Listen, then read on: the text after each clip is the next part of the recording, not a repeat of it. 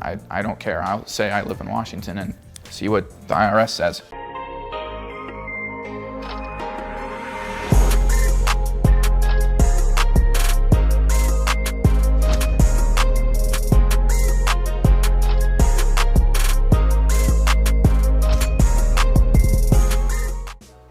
Okay, so I want to go over this stuff. For those of you that have business licenses, some of this might be recap for you.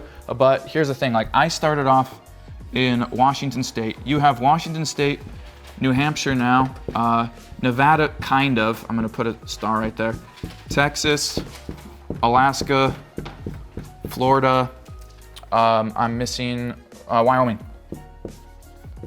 1, 2, 3, 4, 5, 6, 7. Am I missing one? Am I missing one? I don't think I'm missing one. These are all the states that don't have an income tax in the United States here. Britain, you're on your own. Delaware does have an income tax, but they have so many C corporations there. They have huge incentives for C corporations. So if you're a Facebook, an Amazon, an Apple, Microsoft,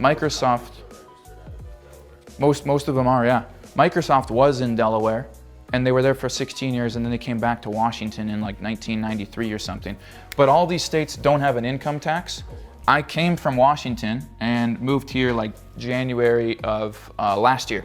Nevada actually has an income tax. It's called commerce tax, and it's based on your type of, if you're in like agriculture, there's a tax, and it might be like 0.25%. If you're in digital products and you do information or professional services, it's different. And it's once you do $4 million in a tax year.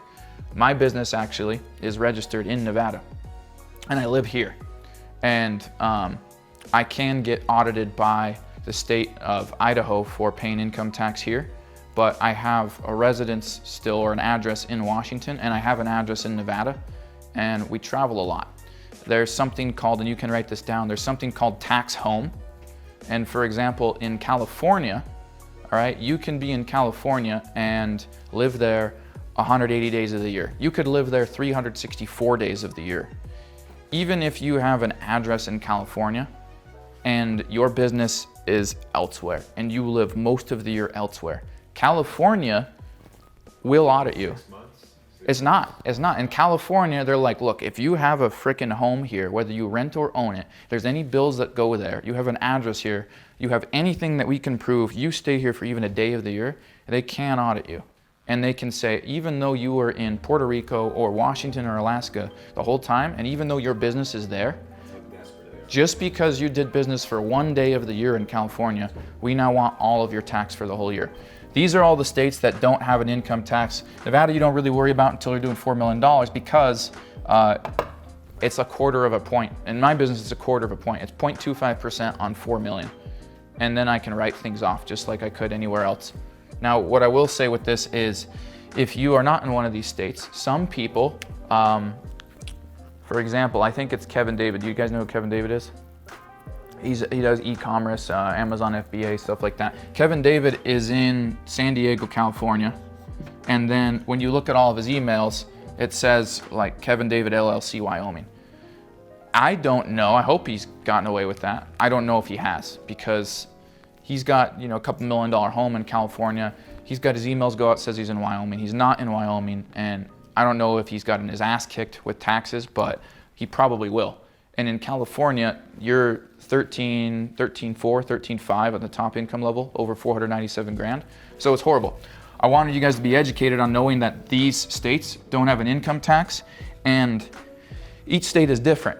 You can be like, hey, I live in Idaho, but my business is registered in Washington, and possibly have write-offs or not be taxed to the full extent that Idaho would normally tax you out, just because your business is registered in a state that doesn't have income tax.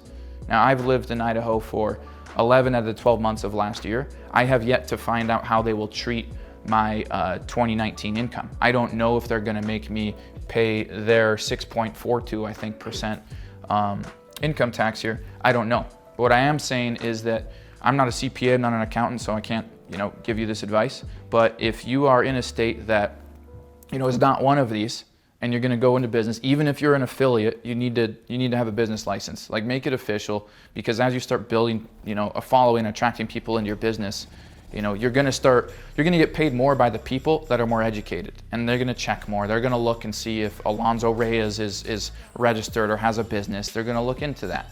People that spend $50, $100 aren't gonna give a shit, but if they start spending $1,000, $2,000, $8,000, I've had people that are like, hey, something seems fishy. You were in Washington, but your business is brand new. It's in Nevada. What's going on? All right, and I've had to explain that to people that would have written a check for 30 grand, you know? So these are things that you want to keep in mind. If you are not in one of these states, this is something that I would ask an accountant is, hey, I'm in Georgia. I want to set up an LLC.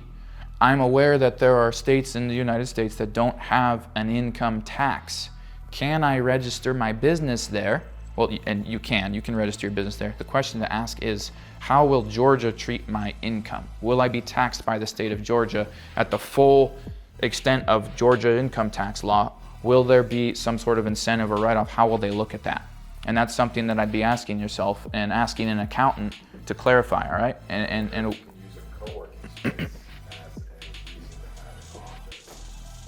it's gonna be state by state. Like California won't let you do that.